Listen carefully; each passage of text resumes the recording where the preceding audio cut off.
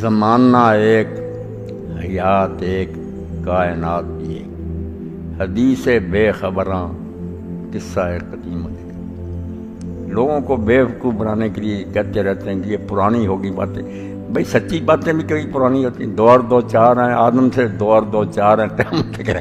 اگر کوئی کہے یہ بات پرانی ہوگی اب چھوڑ دو، اب 2 2 ہیں اور 3.5 ہیں یا 5 ہیں، یہ باتیں جو کہتے ہیں نا کہ نئی ہونی چاہیے بات، نہیں۔ حکیم صاحب جیسے کہہ رہے تھے نا، بات تو یہ کہ بنیادی اصول جو ہیں وہ نہیں بدلے جا سکتے، ٹھیک ہے، بنیاد وہی رہ گئی۔ مرد آپ بے شک آسمان تک لے جائیں، ارتقاء کو کون روکتا؟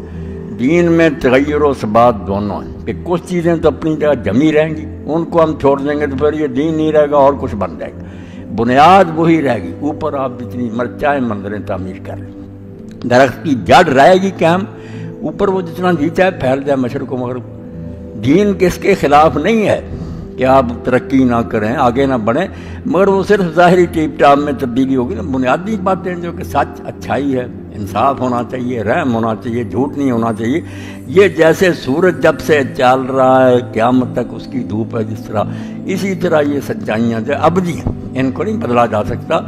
اب دین نے جو بات طے کر دی کہ مرد عورت کا اختلاط، جو غیر شادی شدہ لوگ آپس میں رلیں گے آزادانہ، یہ بدکاری کا پیش خیمہ ہے، زنا نہیں رکے گا پھر، اور زنا شرک کے بعد وہ برائی ہے جس کو اللہ برداشت نہیں کرتا۔ آپ دیکھتے ہیں سورہ نور میں اللہ نے شرک اور زنا کو ایک پرڑے میں ڈالا، برابر کے گناہ۔ وہاں کہا کہ زانی عورت سے نکاح کرے یا کوئی زانی مرد یا مشرک مرد، فرمایا زانی عورت سے یا زانی کرے یا مشرک، اور ادھر کہا کہ زانی جو ہے نا اس سے نکاح کرے یا زانیہ عورت یا مشرکہ عورت، یعنی کہا دونوں کی فطرت سے ایک، خاوند کے ہوتے ہوئے ادھر دھک مارتے، اس کو نہیں اللہ برداشت کرتا۔ اللہ غیرت مند ہے، وہ کہتا ہے ایک خاوند کی موجودگی میں دوسرے کی طرف کیوں روک، ایک خاوند تلاش کرو۔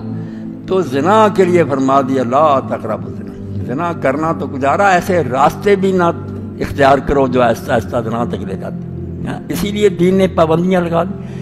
اب اس کو کوئی اجتہاد کیا ترقی کا صاحب کہو کہ ہم لوگوں کو بدماش بنانا چاہتے، سیدھی سی بات، وہ پہلے بھی ہوا تبرج الجاہلیت الاولیٰ، آپ نے کیا ترقی کرنی؟ 1000 مرتبہ انسان یہ بدماشیاں کر چکے ہیں۔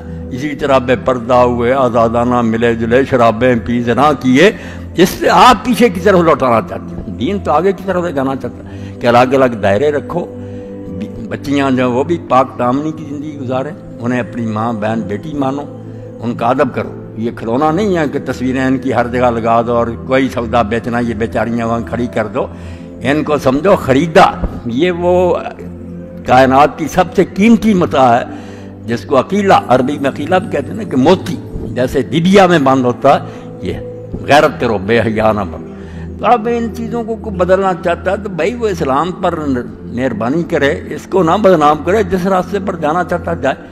دین نہیں اس کو ہضم کر سکتا کہ مرد عورتیں جو اکٹھی ہوں۔ طواف کعبہ میں ایک عورت نے کہا حضرت ام المؤمنین عائشہ صدیقہ رضی اللہ عنہا سے کہ میں حجر اسود کو بوسہ دینا چاہتی ہوں، فرمایا ہمارا وہاں کوئی حصہ نہیں، مردوں کو بوسہ دینے دو، کیا مذاق تم نے بنایا ہوا، ہمیں کوئی حکم نہیں دیا گیا کہ ہم حجر اسود۔ اب ٹھیک ہے وہاں اسی طرح ادھر عورت نے ادھر گڑبڑ ہوئی ہے، مگر آپ دیکھ رہے کہ اماں نے کیا کہا میں بالکل نہیں جاؤں گی، اور ایک نے کہا کہ میں طواف میں تھی، کبھی بوسہ دیا کبھی ویسے گزر، فرمایا کیا ضرورت تھی، کیوں مردوں کے ساتھ خلط ملط ہوئی، جب سامنے جاتی تھی لا الہ الا اللہ اللہ اکبر کہتی گزر جاتی۔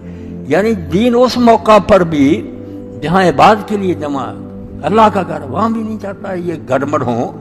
تو یہ کہتے ہیں کلبوں میں، شراب خانوں میں، جوا خانوں میں چلیں، اور اس کو ترقی کہتے ہیں۔ ترقی نہیں، اللہ نے کہہ دیا تھا الجاہلیت الاولیٰ۔ یہ بیوقوفی اور نادانی تو بار بار ہوئی، روم میں ہوئی، یونان میں ہوئی، مصر میں، جہاں یہ مرد و عورت اکٹھے ہوئے ہیں وہ برباد ہو گئے معاشرے۔ اور مولانا مودودی رحمۃ اللہ علیہ کی کتاب الحجاب، پردہ، وہ تو اسی پر تاریخی طور پر انہوں نے دکھایا کہ دیکھ لو جس معاشرے میں یہ ہوا بچا، پھر کوئی طاقت اسے نہیں بچا سکی۔ یہ زنا اور بدکاری کا پیش خیمہ ہوتا شروع ہو جاتا، پھر روکنا بھی چاہتے ہیں نہیں رک سکتا، حرام کے بچوں سے گلیاں بھر جاتی ہیں۔ اب حکومتوں نے ٹھیکہ لے لیا کہ جنتی جاؤ اور حکومت کو دے دو، وہاں ان کو بہت سنبھال رہی حکومت، حرامی بچے جن کو نہ باپ کا پتہ نہ۔ تو یہ اس کو ترقی کہتے ہیں جس کو اللہ کہتا ہے الجاہلیت الاولیٰ۔ تو بنیادیں نہیں تبدیل ہوں گی، سچی بات. اس کو فنڈامنٹلزم کہیں، جو جی چاہے کہیں، نام رکھنے سے کیا ہوتا؟ دین ہے یہ، کہ دین کی جو بنیادیں ہیں نا یہ نہیں تبدیل ہوں گی. سود حرام رہے گا، جوا حرام رہے گا، اور جوئے اور سود کے جو نتائج ہیں آپ دیکھتے رہا کریں میگزین، کس طرح لوگ ان ملکوں میں تو بڑے ادارے بنے ہوئے ہیں نا، اسی وقت لوٹ کر آ جاتے ہیں، سب کچھ اپنا برباد کر دیتے ہیں. سلطنتیں تک ہار گئے تاریخ میں، بیویاں تک ہار گئے، بعد میں جنگیں ہوئیں. اللہ اگر روکتا کہ بھائی یہ تباہی کے راستے ہیں تو حدیں قائم رہنے دو، اس کے اندر جہاں تک جی چاہے جاؤ. علامہ اقبال رحمۃ اللہ علیہ کی ربائی اس تغیر و ثبات کے بارے میں بے نظیر تبصرہ، ترقی اور اپنے جگہ بھی نہیں چھوڑ. بمنزل کوش مانندے محل، وہ کہتے ہیں چاند نکلتا پہلی رات کا، پھر اگلے دن بڑا ہوتا بڑھتا جاتا. بمنزل کوش مانندے محل، وہ نئے چاند کی طرح اپنی منزل کی طرف کوشش کرتا جا، جہاں تک چاہے پہنچ جا، آسمانوں تک پہنچ جا. بمنزل کوش مانندے محل، دری نیلی فضا ہر دم فضوں شو. راکٹ تیار کر، جہاز با، دین کو کیا اعتراض؟ مگر یہ یاد رکھ، مقام خیش اگر خواہی دریں دیر، یہ ہے ایک بت خانہ. طرح طرح کے بت ہیں جو اپنی طرف آدمی کو رجا رہا ہے. یہاں دھوکہ رکھا جانا، بحق دل بند و راہ مصطفیٰ رو. یہ دو جڑیں نہ چھوڑ دینا کہ حق سے دل لگا، منزل مقصود اللہ کی رضا ہو، اور راستہ محمد مصطفیٰ صلی اللہ علیہ وسلم. پھر جہاں تک جی چاہے چلا، اللہ کو کیا اعتراض؟ مگر اگر یہ بنیادیں ہی ختم ہو گئی تو آپ پھر اگر سور کا نام بکرا رکھنا چاہتے ہیں تو وہ بکرا نہیں بنے گا. آپ لوگ خود بھی بیوقوف ہیں، لوگوں کو بھی بیوقوف. بکرا بکرا ہے، سور سور ہے.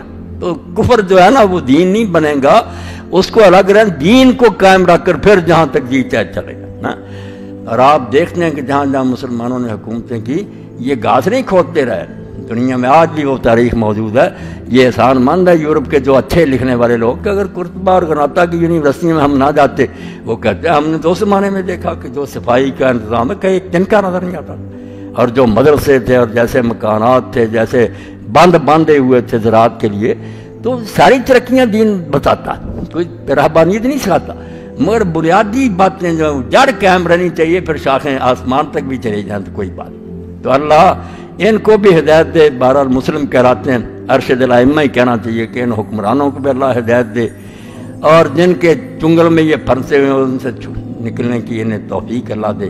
وہ ہمارے خیر خواہ نہیں، بدترین دشمن ہے. اللہ کی کتاب کہہ رہی کہ تمہارے خیر خواہ نہیں ہو سکتے. ان سے جان چھوٹ گئی تو شاید یہ پھر کسی سیدھی راہ پر آ جائیں. وآخر دعوانا الحمدللہ رب العالمین. اللہم صلی علی سیدنا و نبینا محمد وآلہ وصحبہ وبارک وسلم. ربنا افرغ علینا صبرا وثبت اقدامنا وانصرنا علی القوم الکافرین.